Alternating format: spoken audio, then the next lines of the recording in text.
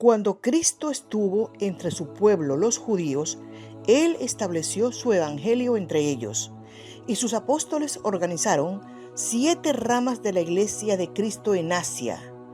Dichos apóstoles se encargaron de presidir cuando Cristo ascendió al Padre.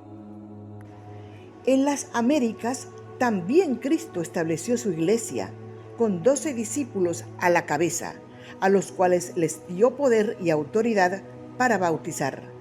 Sus discípulos disputaron cuál sería el nombre que le darían a la iglesia, y el Señor les dijo que debe llevar su nombre, es decir, la iglesia de Cristo.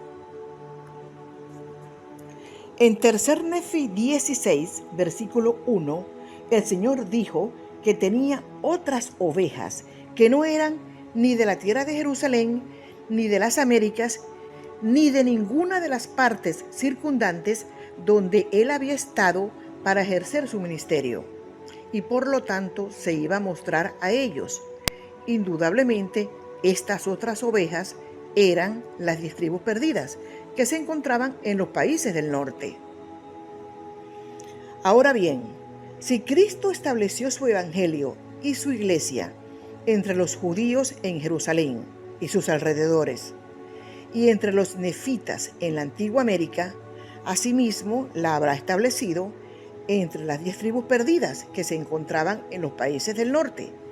Esa iglesia de Cristo entre estas tribus nunca cayó en la apostasía, es decir, nunca se perdió, como ocurrió con la iglesia primitiva en Asia, que cuando fueron matando a los apóstoles, al final la verdadera autoridad de Cristo se perdió de la tierra y comenzó el oscurantismo.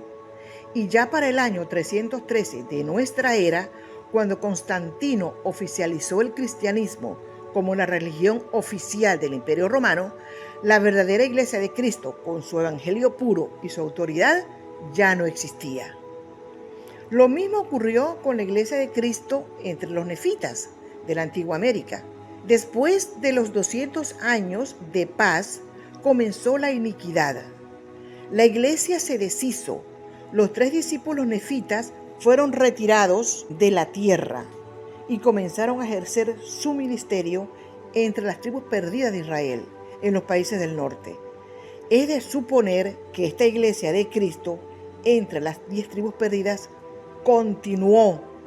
De hecho, en la sección 133 de Doctrinas y Convenios, el versículo 26 dice: y los que estén en los países del norte serán recordados ante el Señor, y sus profetas oirán su voz y no se contendrán por más tiempo, y herirán las peñas, y el hielo fluirá ante su presencia. Está claro allí que existen profetas entre las 10 tribus perdidas, discípulos de Jesucristo, es decir, esa iglesia que Cristo fundó o estableció entre ellos, continúa hasta nuestros días. Ellos obtuvieron las llaves del evangelio restaurado de los últimos días, el poder para sellar, etc., ya que dichas llaves les fueron otorgadas a los 3 discípulos nefitas que iban a permanecer, así como se menciona en 3 de Nefi 28, versículo 31 y 32, que dice: por tanto, ellos efectuarán obras grandes y maravillosas antes del día grande y futuro, cuando todos ciertamente tendrán que comparecer ante el tribunal de Cristo. Sí, aún entre los gentiles ejecutarán ellos una obra grande y maravillosa antes de ese día de juicio. Principalmente en el versículo 32 se especifica que los 3 discípulos nefitas, que no habrían de gustar la muerte, ejecutaron una obra grande y maravillosa, lo cual sabemos que se refiere es a la obra de la restauración del evangelio con todas las llaves de la dispensación del cumplimiento de los tiempos. Es de suponer que nadie reconoció a esos 3 discípulos nefitas. Pasaron desapercibidos. Estas llaves ellos las llevaron a las 10 tribus perdidas Y por eso las llaves del Evangelio restaurado existen entre dichas tribus perdidas. Y es de suponer que inclusive haya templos entre ellos y estén efectuando ordenanzas de sellamientos y todo lo concerniente a la obra de la restauración de los últimos días. Sabemos que está pronto el día en que las 10 tribus perdidas aparezcan. En la sección 133, versículo 27, dice la forma cómo saldrán. Y se levantará una calzada en medio del gran mar. Esta calzada será un camino que se abrirá en medio del mar, aunque no sabemos cuál será ese mar. La palabra calzada te dirige a Isaías 11, 15 al 16, que dice así: y destruirá Jehová la lengua del mar de Egipto, y levantará su mano con el poder de su espíritu sobre el río, y lo herirá en sus 7 brazos, y hará que pasen por él con sandalias, y habrá camino para el remanente de su pueblo, el que quedó de Asiria, de la manera que lo hubo para Israel el día en que subió de la tierra de Egipto. Ahí te especifican que las 10 tribus perdidas saldrán como salieron los israelitas cuando Moisés abrió el Mar Rojo.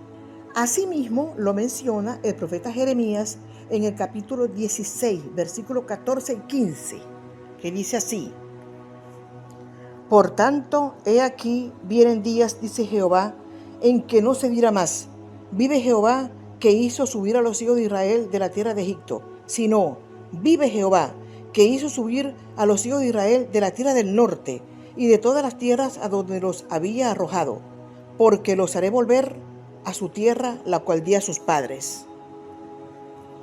O sea, cuando salgan de esos países del norte, las 10 tribus perdidas, abrirán el mar y lo cruzarán a pie sobre tierra seca. Y será tan glorioso ese día que ya no se recordará más el acontecimiento del Mar Rojo, sino de la salida de las 10 tribus. Y de eso es que se va a hablar, y será espectacular.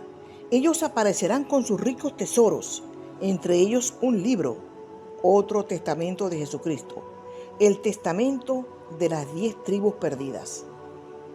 Entonces, la pregunta quedó respondida: ¿sí existe la iglesia de Cristo entre las 10 tribus perdidas?